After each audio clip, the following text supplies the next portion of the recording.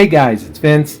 Today I'm working on a client's connector that was sent to me for Spindle, which his particular spindle is an ATC spindle, and it did not come equipped with a spindle connector. Now this is very common when you order units from overseas. He contacted me, he sent me this from Amazon, and I naturally had to go in and work on the soldering of the unit.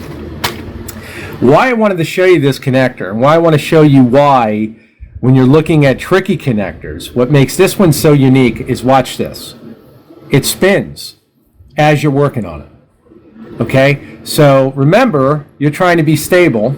You have the connector and the jig itself, and then the internal component is actually spinning, because you can see here a gasket, it's waterproof, and you have to work on this while soldering, while trying to hold the cable, while jigging this end and making sure this naturally doesn't spin, all while applying flux, not burning the casing, and applying the leads inside to get that finish.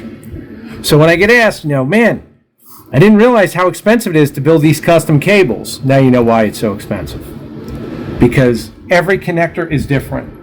What may be a standard connector in terms of something that you've worked on in the past is totally different when we see this. And this is crazy because a lot of connectors don't do this, but this particular connector does, and you can see just how this happens. Again, it is using my 16.4 DS flexion.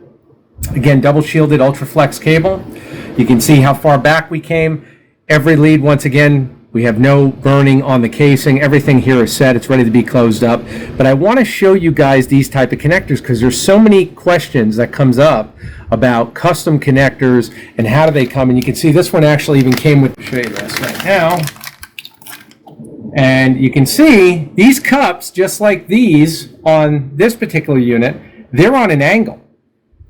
It also has a nylon separator, which is actually a pretty cool it's a pretty cool insert to keep everything nice and isolated. But once again, it's another obstacle when you're working. Okay? And what I mean to say is we don't want to burn any of this. Everything here has to be done with surgical precision. And like I said, all while this is spinning.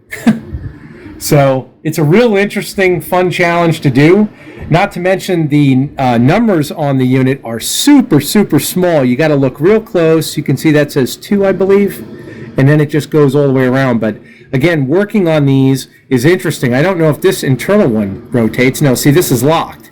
Yet this unit rotates completely. It's interesting.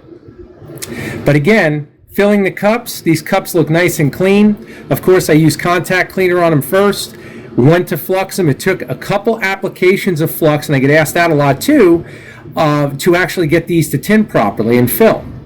Okay, if you're getting a black residue with whatever flux you're using, you're not using the proper flux, or the flux you're using, there is a problem with the componentry as far as how it's bonding to the metal that you're trying to naturally weld. If you're getting a deep, deep, dark residue, that residue is usually burnt rosin. That means it's not burning off completely, and usually you're going to have issues. So there's a reason I use the Kester 186 RMA. Again, I'm not a spokesperson for them. I don't get compensated by them. Their products are amazing. If you want the best quality, there's a reason I use them. There's a reason that this connector turns out like that. Okay, see the chrome finish? You don't get that with any other flux that I've seen or solder combination. That is that solder and flux combination. The Kester number 44 solder along with the Kester 186 RMA flux, and those are exactly the connections you want. They're buried inside of the actual cups, just like these. They're buried all the way inside there. There's no air, and what you're seeing is that solder coming up and once again filling all the gaps. And that's how we get that nice overflow finish, slightly, with that beautiful chrome finish. That's what everybody's looking for. So again, this client I think will be very happy. The actual back end of the connector is already installed on the cable, and I will be closing this up for him. Okay guys, I just wanted to wrap up this cable, and now you can see the opposite end as far as the casing. It's nylon. Again, we do have this, the screw lock connector. This does pivot inside, you can see that. What I did here, and what this is a little trickier to assemble, it's got a little pocket inside here. And inside this pocket, it has a silicone stress relief. and basically it constricts.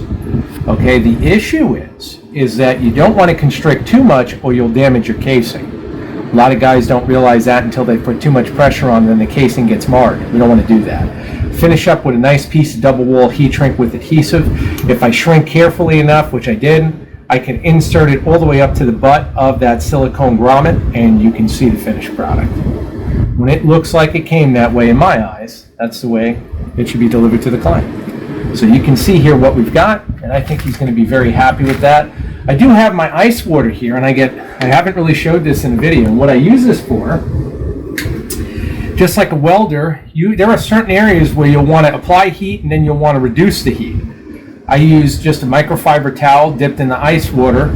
I'll start shrinking from the middle, come down. Once this is locked in place, in this particular connector, I did not do that. I used an unorthodox method, which once again, I tapered this part of the heat shrink first so I can naturally insert it into that pocket. Once I was happy where that is, don't be concerned about wrinkling or anything of the heat shrink. The polymers will naturally shrink out once you apply the heat properly. And then I begin shrinking in the middle of the cable in terms of where the heat shrink is. And I'll come all the way down. Now, once I'm done with that, I apply the ice water pack right over that area so it becomes getting really hard. It makes it much easier for me to hold, and then I shrink all the way up to the top, and you're golden. So, again, these are things I've learned in the trenches. No one's telling me this. This is hours and hours of practice to get this result. And that's why so many factories don't get this result. They'll assemble it and just you get kind of one hit and miss kind of assembly. This, again, will make the client very happy, I feel, on top of the fact it's a very safe cable, and of course he's getting the matching female plug. He'll be all set with that. Or excuse me, I believe this one, is this the male? I believe it's the male plug. This is the female, I'm sorry. So, again, you can see basically the finished product, and we're all set. Thank you again for your support. And once again, you can message me direct at storm2313@gmail.com for any consultations, quotes, questions. You'll also see the links in the beginning of the video. I thank you all for your support. Take care.